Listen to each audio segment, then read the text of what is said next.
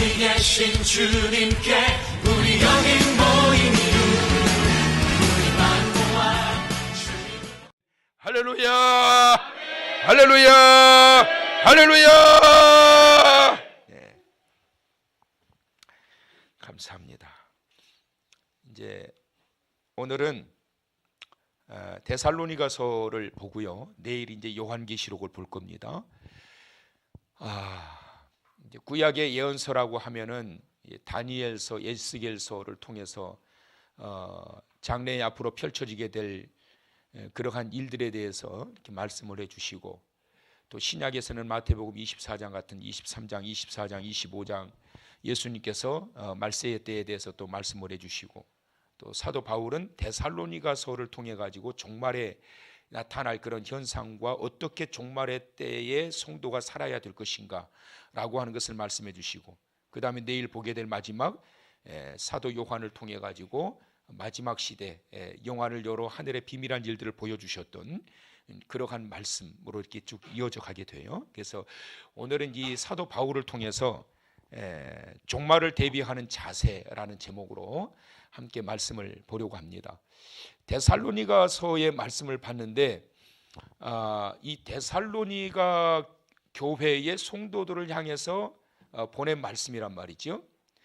사도 바울이 복음을 전하면서 사도가 되어서 복음을 전하면서 교회들을 세우고, 사도 바울이 이제 세운 교회가 4교회 혹은 5교회, 학자들마다 조금씩 다르기는 한데 정확하게 이제 4교회, 가장 먼저 세워진 교회가 빌립보 교회입니다.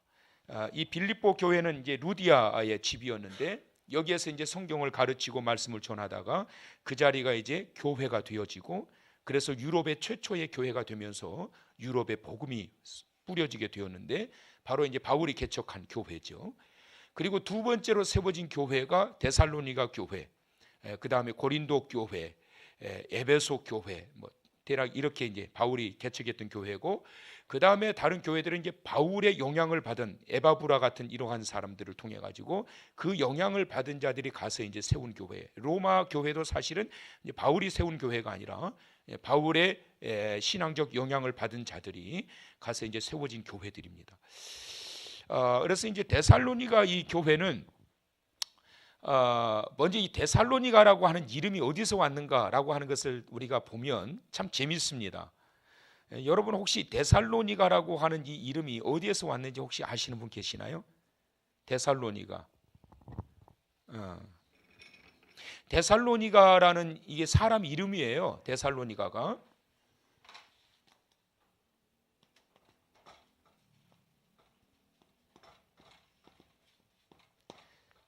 사람 이름인데, 이 데살로니가는 알렉산더라고 하는 이 사람의 악명 높은 그 인본주의자, 이 사람의 와이프입니다. 그래서 알렉산더가 각 지역을 점령해 나가면서 이제 한 지역을 점령을 했는데, 이곳을 자기의 와이프의 이름을 따가지고 데살로니가라고 하는 그 이름을 짓게 된 겁니다. 그러면서 이 데살로니가 지역은 항구 도시예요. 항구 도시. 굉장히 큰 항구 도시. 고린도 지역이, 고린도 항구가 제일 큰 항구고, 에베소 항구도 굉장히 큰 항구고, 세 번째로 큰 항구 도시가 데살로니가 항구예요. 그래서 여러분들이 잘 아시다시피 이 항구가 있는 이 도시는 어떤 문제가 있습니까? 굉장히 문란하지요. 반드시 항구가 있는 도시에는 누가 있어요? 창녀들이 있어요. 지금도 그래요. 지금도 이 항구가 많은 지역에는, 그래서 이제 거대한 그 외항선이나 이런 배들이 1년이나 2년 막 그냥 태평양을 항해하다가, 그리고 이제 육지에 한 번씩 정착을 하고, 그리고 또 다시 이제 준비를 해서 또 출항을 하고 이러는데, 그때에 이제 몰려드는 사람들이 있는데, 그 사람들이 전부 다 이제 몸 파는 여인들이에요. 그래서 이 남자들이 이제 가족과 오랫동안 떨어져 있어서 얼마나 외롭겠어요. 그래서 이 몸 파는 여인들이 달라붙어 가지고 이제 그런 이 매매를 하게 되는 이러한 일들이 지금도 있어요. 예전에 이제, 지금은 우리 교회 안 다니시고 이제 떠나셨는데, 그 외항선을 타시는 분이 한 분 계셨어요. 그분은 갑판장이었어요. 갑판장은 굉장히 힘이 셉니다. 근데 살벌하대요. 그분 이야기 들어오면 그 외국인들도 많이 타고 그러는데 뭐 그냥 폭력이 말도 못한대요. 그렇게 해가지고 그 군기를 잡아놓지 않으면 자칫하면 사고 난대요. 줄을 풀다가 그게 그냥 묶여가지고 바다에 빠지기도 하고 뭐 그러기 때문에 갑판장이 이제 그런 역할을 하는데 이제 그 성도님이 아주 체격도 막 이런 데다가 우락부락하게 생겼어요. 그런 일들을 하는데 이제 그런 이야기들을 해주더라고요. 목사님 이렇게 됩니다. 총각이었는데 그런 이야기를 해주더라고요. 근데 예나 지금이나 마찬가지예요. 항구 도시는 굉장히 문란해요. 그래서 이 고린도 지역도 성적으로 얼마나 타락한 지역이었는지 몰라요. 고린도 지역이라고 하는 이 도시에는 심지어 몸파는 이 성녀가 있었어요. 그거는 뭐 구약 시대 때도 있었고, 참고로 이 말씀이 또 이렇게 가면 너무 오늘 길어져 버릴 건데 이거 어떡하지? 이렇게 해놓고 안 하면 궁금하죠. 굉장히 궁금하거든요. 유다의 며느리 다말이 창녀로 변장을 해가지고 시아버지를 꼬시잖아요. 창녀가 아닌데 창녀로 변장해서 꼬시는 거예요. 그러면 거기에서 이제 이거 큰일 났네. 이거 말 꺼내놨으면 다 나가야 되는데. 책 사서 보실래요? 조금 맛배기로 좀 해드릴까요? 이런 그 의문점을 가질 수 있거든요. 아니 어떻게 유다가 창녀하고 잠을 잘 수 있느냐? 며느리인 줄 알면서도 잠을 잤다면 그거 더 큰 문제요. 창녀인 줄 알면서도 잠을 잤어도 문제인데 유다는 며느리인 줄 알고 잤어요? 창녀로 알고 잤어요? 창녀로 알고 잤단 말이에요. 다말이 창녀로 변장했다라는 것은 그 지역의 성녀였어요. 성녀. 성녀, 그 종교적인 창녀. 그래서 종교적인 창녀와 더불어서 이 성교를 함으로 인해 가지고 자기의 소원이 성취되어지게 되고 그리고 제일 마지막에 치루어지는 이방 종교에서 치루어지는 하나의 의식이 뭐였느냐 하면 그 공식화되어 있는 공식적으로 인정되어 있는 종교적인 창녀와 마지막 성관계를 맺게 되면 그 의식이 다 끝나는 거예요. 그건 무엇을 말씀하고 있느냐 하면 그 당시 유다가 살고 있던 그 지역에 그와 같이 우상이 팽배했다라고 하는 사실을 의미하고 있는 겁니다. 자, 이 정도 이야기를 하고 아무튼 고린도 지역에 종교적인 몸파는 창녀들이 있었다라는 거예요. 에베소 지역도 마찬가지예요. 그러면 데살로니가 지역은 어땠을까요? 역시 마찬가지예요. 그래서 데살로니가 지역은 굉장히 문란했어요. 성적으로. 그리고 항구 도시는 또 뭐가 많아요? 우상이 많단 말이에요. 우상이 굉장히 많아요. 데살로니가 지역, 고린도 지역, 에베소 지역 우상이 얼마나 많았는지 몰라요.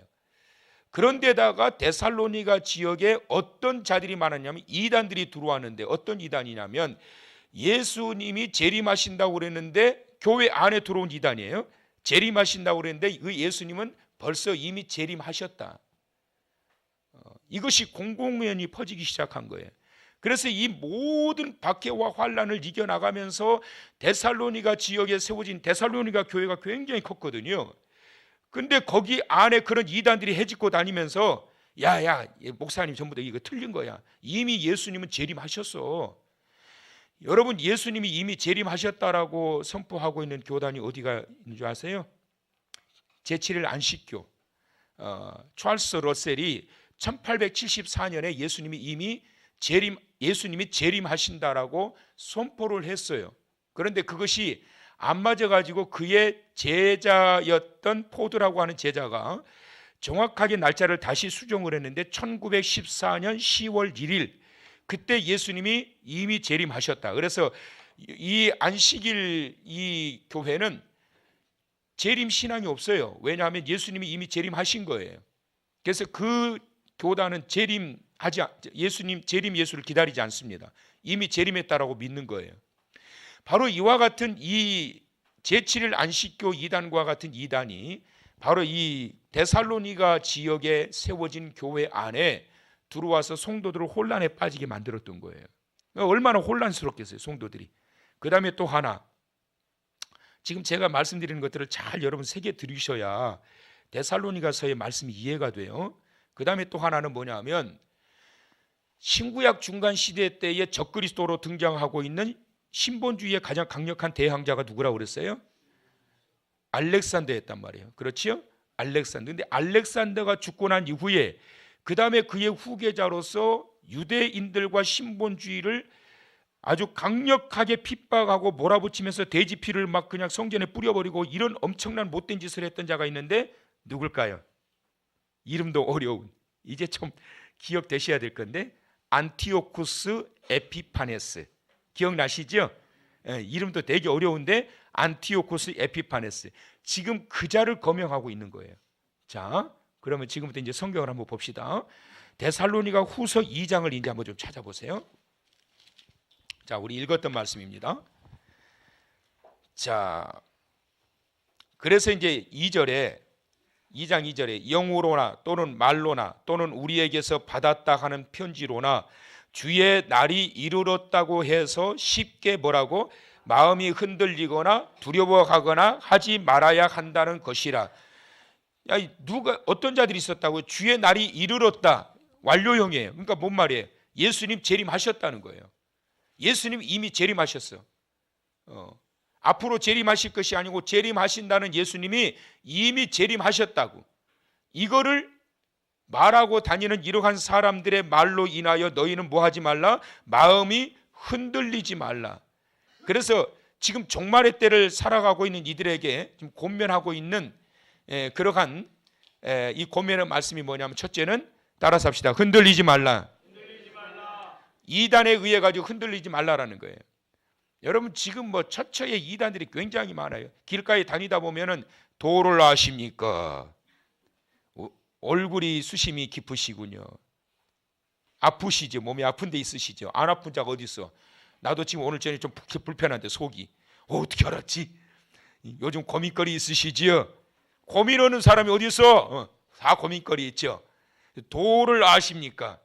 여러분 이 사람들이 어떤 자냐면 그 두 부류입니다. 첫째는 실제로 그 도를 전하는 그러한 사이비 종교 집단이고 또 하나는 뭐냐면 사기꾼들이에요. 그래서 절대로 대화 나누지 마세요. 절대로 대화 나누지 마세요. 뭐 하여튼 이단들이 얼마나 많이 있는지 몰라요. 그래서 그런 이단들과 대화를 나누다 보면은 가장 먼저 어떤 현상이 나타나요? 흔들린단 말이에요.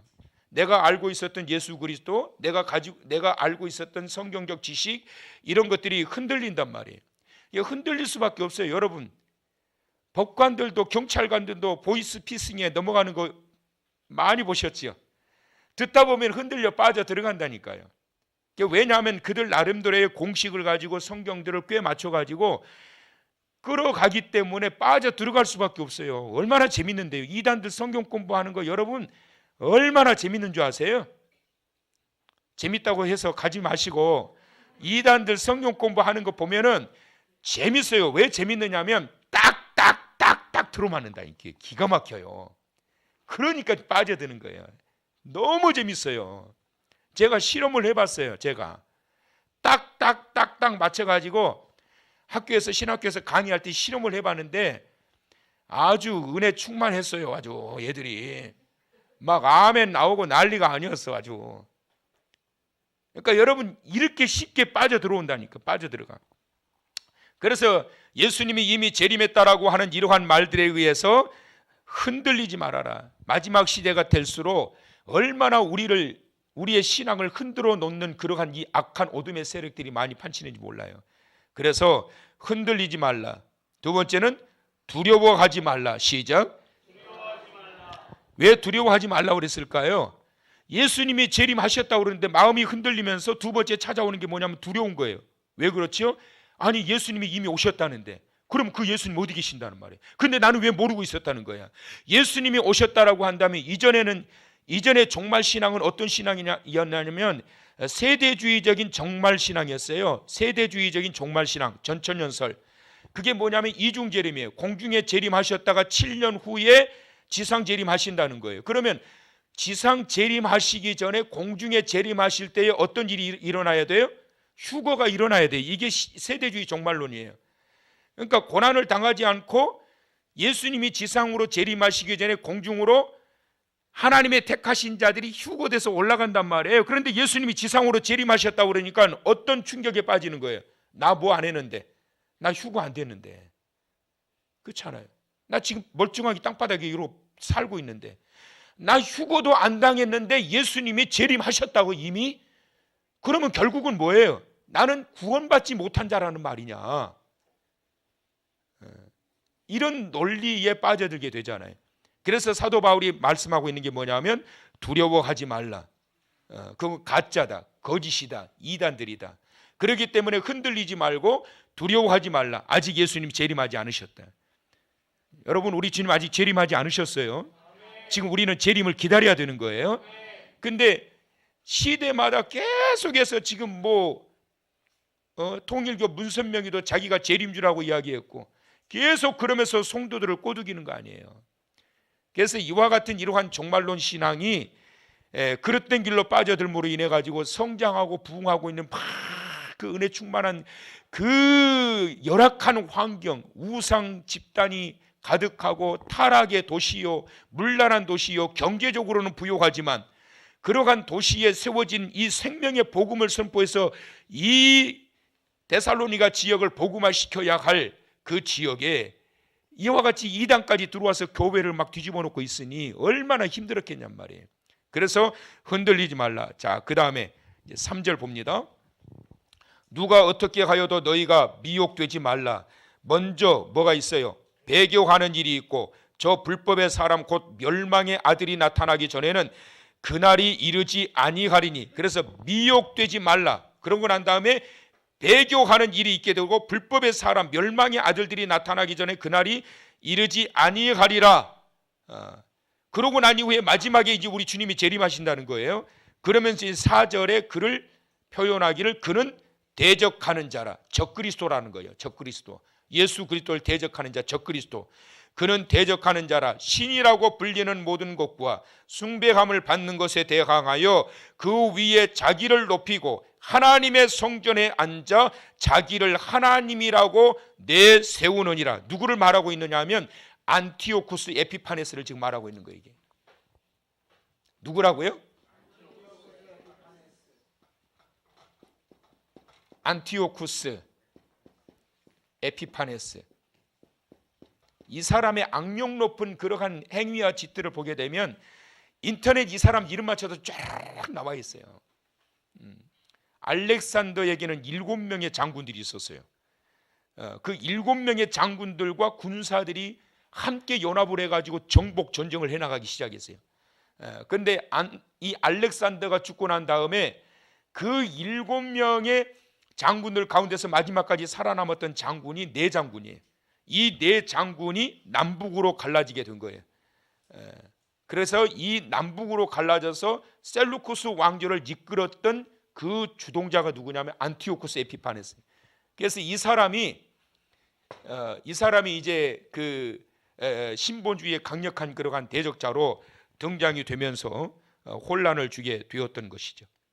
자, 그러면서 이제 이러한 상황에 있는 이 데살로니가 교회를 향해서 바울이 지금 가장 강력하게 이렇게 그들을 권면하고 붙들면서 나아가는데, 그들에게 이제 데살로니가 전서에서 가서 보게 되면은 그들에게 바울이 아주 막 감탄을 하면서 그들을 칭찬하는 그런 내용이 나와요. 자, 먼저 1장을 찾아보세요. 데살로니가 전서 1장 6절 보시면, 또 너희는 많은 환난 가운데서 성령의 기쁨으로 말씀을 받아 우리와 주를 본받은 자가 되었으니. 환난이 많다 적다? 많단 말이에요. 갖가지 환난과 미혹하는 것들이 얼마나 많았는지 몰라요. 그런데 그럼에도 불구하고 성령의 기쁨으로 말씀을 받았다. 흔들리지 않고 성령의 기쁨 가운데 그 말씀을 받아가지고 모든 자들에게 본받을 만한 그러한 자의 모습이 있었다는 거예요. 자, 그러면서 그들의 믿음이 8절에 보면, 주의 말씀이 너희에게로부터 마게도냐와 아가야에만 들릴 뿐 아니라 하나님을 향하는 시작 너희 믿음의 소문이 각처에 퍼졌으므로 우리는 아무 말도 할 것이 없노라. 보세요. 이 이 데살로니가 교회 성도들의 믿음이 마케도냐, 아카야 뿐만 아니라 이 소문이 각 처에 퍼졌으므로 바울이 뭐라 그래요? 더 이상 할 말이 없다는 거예요.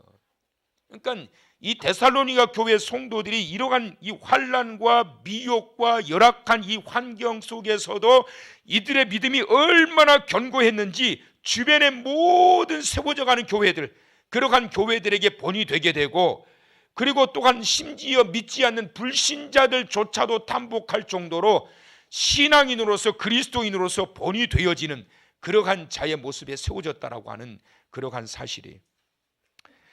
자, 무엇이 그렇게 그들로 하여금 본이 되게 했을까? 그것이 바로 이제 보여주고 있는 말씀이 세 가지예요. 자, 1장 3절을 이제 다 같이 한번 크게 읽어보세요. 자, 시작.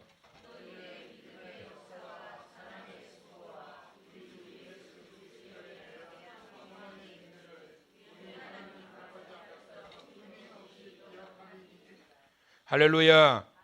데살로니가 교회가 그 환난과 그 위협과 미혹과 이단의 이런 유혹들과 여러 가지 열악한 이러한 환경 속에서 그 타락한 도성에서도 교회가 부흥할 수 있었던 아주 중요한 키워드, 비밀 세 가지가 나오는 거예요. 거기에 첫째는 뭐라고요? 믿음. 둘째는 사랑. 셋째는 소망. 이것이 바로 종말의 때에 살아가는 성도들의 삶의 모습이어야 된다는 거예요. 이것이 바로 이기게 한다는 거예요. 데살로니가 교회 성도들, 데살로니가 교회 성도들. 자, 믿음이 있는데 믿음에 뭐라고 그랬어요? 역사라고 하는 것은 일을 한다는 거거든요. 일, 믿음의 역사. 그러니까 교회 안에서 일을 하고 하나님의 자녀로서 밖에 가서도 사회에서 직장 생활도 하고 무슨 일도 하는데 그들의 모든 일은 믿음으로 하는 일이, 믿음으로. 그들이 환난이 오고 어려움이 오고 시련이 오고 교회에서 여러분 선을 행하다가 얼마나 낙심될 일들이 많아요. 얼마나 나를 배반하고 배신하는 자들이 많아요. 나는 선을 베풀었는데 도리어 그 사람은 나를 뒤통수 치는 경우가 얼마나 많냐고요. 별 일들이 많아요. 그럴 때마다 사람들이 어떻게 돼요? 실망을 해버려요. 그래서 어떻게 해요? 하는 일을 놔버려요. 나 이렇게 마음 아파서 못하겠다. 나 저 사람 때문에 못하겠다. 이것 때문에 이런 자리에서나 이런 일 때문에 못하겠다. 이런 저런 이유 때문에 하던 일을 멈추어 버리는 경우가 얼마나 많은지 몰라요. 그런데 데살로니가 교회 성도들은 수많은 방해자들이 있고 수많은 공격자들이 있었지만 그들이 그 일을 포기하지 않았던 것은 믿음의 역사, 믿음으로 일했다는 거예요. 마지막 시대의 성도들이 그 모든 우리의 하나님께서 우리는 믿음으로 구원받고 행위로 상급받잖아요. 행위의 열매가 있어야 상급받을 거 아니에요. 그것이 일이잖아요. 그러면 그 일이 종속이 되고 끝까지 하나님의 나라에 가는 그날까지 그것이 유지되려면 어떻게 해야 되느냐 하면 모든 일을 인간의 힘과 인간의 생각과 생으로 일하지 말고 믿음으로 일하라. 시작. 믿음으로 일하라. 시작. 믿음으로 일하라. 시작. 옆 사람한테 믿음으로 일하세요. 시작. 제가 한 20년 전의 일인 것 같아요. 브라질의 선교사님이었어요. 그 선교사님이 그런 이야기를 하는데 거기는 막 총을 자유롭게 휴대하잖아요. 그래가지고 이런 그 강도들이 많이 들어온대요. 그래가지고 그 사시는 집에도 막 총탄 자국이 막 박혀 있고 어쩔 때는 밤중에 와가지고 총으로 위협하기도 하고 그런 지역에서 선교하시는 분이에요. 선교사님들이 얼마나 여러분 고생합니까? 현지에 가가지고 막 오늘도 선교사님 만났었는데 바리바리 싸가지고 선교사님 이야기 나왔으니까 또 이야기를 해야 되겠네.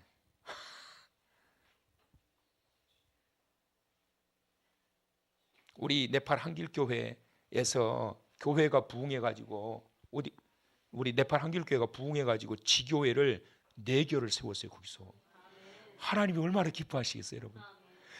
그런데 그 4교회 지교회를 세웠는데 그 교회가 이제 한 교회를 보여주는데 한 교회를 장년이 130명, 아이들이 30명, 그 다음에 또 뭐 이렇게 해가지고 그래가지고 그 철판 그 뭐지 옛날에 그거 철판 그거 비 오면 따다다닥 소리 나는 거 양은 철판인가? 하여튼 철판 그거 하나 덮어가지고 거기서 예배드리는 모습을 사진을 찍어놨는데, 하나님 우리도 교회 건축하게 해주세요. 교회 건축하게 해주세요. 그래가지고 150만 원을 모아놨대요. 그래가지고 1000만 원을 목표로 그들이 건축하는데, 근데 그들이 요청이 들어왔는데, 어떤 요청이 들어왔냐면, 아이들 학비 좀 지원받고 싶다. 한 달에 아이들 학비가 얼마냐? 15,000원이래요. 우리나라 돈으로. 근데 7명이 아이들의 학비가 없어가지고 어려움을 당하고 있다는 거예요. 내가 오늘 이거 이야기하려고 안 했었는데 갑자기 이야기가 나오네. 그래서 그 7명의 아이들이 한 달에 15,000원 학비를 못 내가지고 이거를 선교사님한테 요청이 들어왔다고 그래요. 아무튼 선교지 상황이 그래요. 선교지 상황이. 우리 교회에서 그냥 마음껏 다 해주면 좋겠는데, 도와달라는 데가 하도 많아가지고 베트남에도 있고 하여튼. 그러니까 이 선교지가 얼마나 열악하냔 말이에요. 그런데 그 선교사님이 그런 상황에서 선교를 하는데, 이 선교사님이 나중에는 완전히 그냥 이제 거의 절망 상황이 와버린 거예요. 포도 끝이 없으니까, 돌아오는 것은 좋은 소리가 안 돌아오고 별 소리가 다 들려오니까 이 선교사님이 완전히 그야말로 그냥 완전히 기운이 다 빠져버린 거예요. 그때 그분 그 동생이에요. 그 동생이 여자 선교사님인데 그 동생이 그런 말을 했다는 거예요. 언니 어디 이 일이 하나님 일이지 내 일이야. 주님 일이잖아. 내 일이 아니잖아. 주님 일 하는 거야. 뭘 기대해서. 주님만 알아주시면 되지. 그러면서 그 말에 그 선교사님이 위로를 받고 힘을 얻었다는 거예요.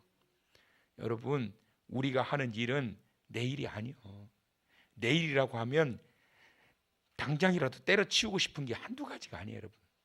그런데 포기하지 않는 이유는 뭐냐면, 이것이 내 일이 아니기 때문에, 이것이 바로 주님의 일이라고 믿기 때문에, 하나님의 자녀가 하는 모든 일들은 주를 위한 일이기 때문에 주님의 일이다. 믿으시면 아멘. 그러니까 여러분, 데살로니가 교회 성도들이 그 박해와 핍박과 유혹과 미혹이 막 밀려오고 하는데도 불구하고 포기하지 않았던 것은 뭐냐면, 이것이 내 일이냐, 이 교회가 내 교회냐, 주님의 교회요, 주님의 일이지. 그래서 그것을 견디면서 끝까지 나아갔던 게 뭐냐면 믿음의 역사예요. 믿음으로 일하는 게. 믿음 떨어져 버리게 되면 다 손 놓는 거예요, 여러분. 왜 내가 하다가 일을 멈추냐, 하다가 왜 중단해 버리느냐? 믿음 떨어졌기 때문에 그런 거예요. 믿음으로 일하지 않았기 때문에 그런 거예요. 인간적인 생각으로 이건 내 일이다. 천만의 말씀. 주님의 일이에요. 주님의 일. 이것이 바로 데살로니가 교회를 부흥하게 만들었고, 그 열악한 환경 속에서 지탱하며 이겨나갈 수 있겠다. 종말의 시대의 성도가 꼭 갖춰야 될 것, 믿음으로 일하라. 할렐루야. 무슨 일을 하든지 믿음으로, 전도를 해도 믿음으로. 나만 생각하면 나만 열심히 교회 다니면 되지, 내가 못 담서 내가 전도를 해. 나나 열심히 다니지. 아니요, 주님이 원하시고 주님이 일이기 때문에 우리는 믿음으로 전도해야 되는 거예요. 할렐루야. 두 번째는 사랑으로 뭐를 했다고요? 수고했단 말이에요. 사랑의 수고. 여러분, 부모가 자녀들을 새벽같이 일어나서 도시락 싸주고 밥해서 먹이고 그 다음에 설거지하고 그러고 청소하고 얼마나 바빠요. 사랑이 없이 그런 수고가 있을 수 있겠냐. 무슨 월급이 있어 가정주부가? 뭐가 있냐고. 누가 또 알아주느냐고. 사랑이 있기 때문에 그 사랑의 수고가 그 모든 열매를 얻게 했다. 데살로니가 교회 성도들이 이 사도 바울조차도 그냥 뻑 넘어갈 정도로 감탄했던 것이 뭐냐면, 이런 상황에서도 그들이 교회의 일이라고 한다면 수고하는데 어떤 수고? 주님을 사랑하는 마음으로 수고하고 교회를 사랑하는 마음으로 수고하고. 할렐루야. 그 사랑이 수고를 멈추지 않게 하였다. 그 다음에 또 하나는 소망으로 뭐예요? 이들이 그 어려움 가운데, 여러분, 그 환난을 이겨낼 수 있게 했던 것은, 그 환난, 안티오쿠스 에피파네스라고 하는 이 적그리스도가 그 끔찍한 유대인들을 계속 공격해 오고 있고 교회를 핍박해 오고 있고 그의 세력들이 계속해서 공격해 오고 있는 이러한 상황에서, 우상들이 잡다한 그러한 상황 속에서, 수많은 유혹하는 것들이 많은 상황에서도 그럼에도 불구하고 끝까지 인내하면서 나갔던 것은 뭐냐면 하늘의 천국의 소망이 있기 때문인 거예요. 할렐루야. 여러분, 소망이 없으면 오늘을 어떻게 사냐고. 내일의 소망을 가지고 사는 자 되시길 바랍니다. 오늘이 내 삶의 전부가 아니란 말이에요. 대학 시험을 봤던 우리 수능생들도 이거 잠깐 시험 몇 개 푼 거 가지고 이것이 전부가 아니라고. 잘 봐서 서울대 연고대 들어가면 뭐 하냐고. 망쳐가지고 사회적인 그러한 범죄자들이 돼버리는데, 하나님께서 인도해 가시는 그러한 길이 있단 말이에요. 이 길이 아니면 하나님이 원하시는 다른 길이 있을 것이고, 그래서 소망을 가지고 오늘 하루를 인내하며 나가게 될 때 가진 그 소망 때문에 하나님께서는 그 소망의 항구로 인도해 가신다. 그래서 여러분, 소망을 가져야 포기하지 않는 인생이 되는 거예요. 그래서 저는 매년마다 소망을 갖는 거예요. 송구 영신 예배 드리면 올 한 해 하나님께서 어떤 일들을 이루실까, 이 소망이, 하나님께서 저에게 주시는 소망이 열정을 갖게 하더라고. 열정을. 내일에 대한 소망, 다음 달에 대한 소망, 내년에 대한 소망. 망가진 오늘 이 하루의 모습을 보고 좌절하지 말고, 처해 있는 상황과 환경을 보고 좌절하고 실망하고 낙심하지 말고, 이후에 펼쳐가실 하나님께서 행하실 놀라우신 일들, 구름만 볼 것이 아니라 구름 속에 감추어지는 무지개를 보라. 구름 속에 감추어지는 그 햇빛을 보라. 그게 바로 소망이란 말이에요. 소망. 이것이 데살로니가 교회 성도들이 가지고 있었던 세 가지의 비밀이었어요. 이것이 그 열악한 상황에서, 그 종말의 때에 그 모든 것들을 이겨낼 수 있게 했다는 거예요. 여러분, 인생의 종말이 있습니다. 언젠가는 내가 죽어요. 내 인생의 종말이 있어요. 환경의 종말이 있어요. 항상 내가 건강하고 항상 내가 잘 나가고 항상 부유하게 살지 않아요. 어쩔 때는 밑바닥을 길 때가 와요. 인생의 종말이 온다고요. 영원한 종말이 있어요. 죽고 난 다음에 이 세상에 종말이 또 있어요. 이런 종말들 상황에서도 우리를 견디게 할 수 있는 것은 바로 이와 같이 데살로니가 교회 성도들이 가지고 있었던 믿음으로 일하는 믿음의 역사와 사랑으로 수고하는 그 놀라우신 일과 소망을 가지고 인내하는 그러한 삶을 통해서 하나님의 역사를 펼쳐가게 하신다라고 하는 것을 믿고 나아가는 성도님들 되시기 바랍니다. 종말의 때에 이 열악한 상황 속에서 앞으로도, 지금 이 법이 어떻게 펼쳐갈지 모르지만 앞으로는 전도도 마음대로 할 수 없는 상황이 올 거라고 그러잖아요. 어떻게 살려고 그래요?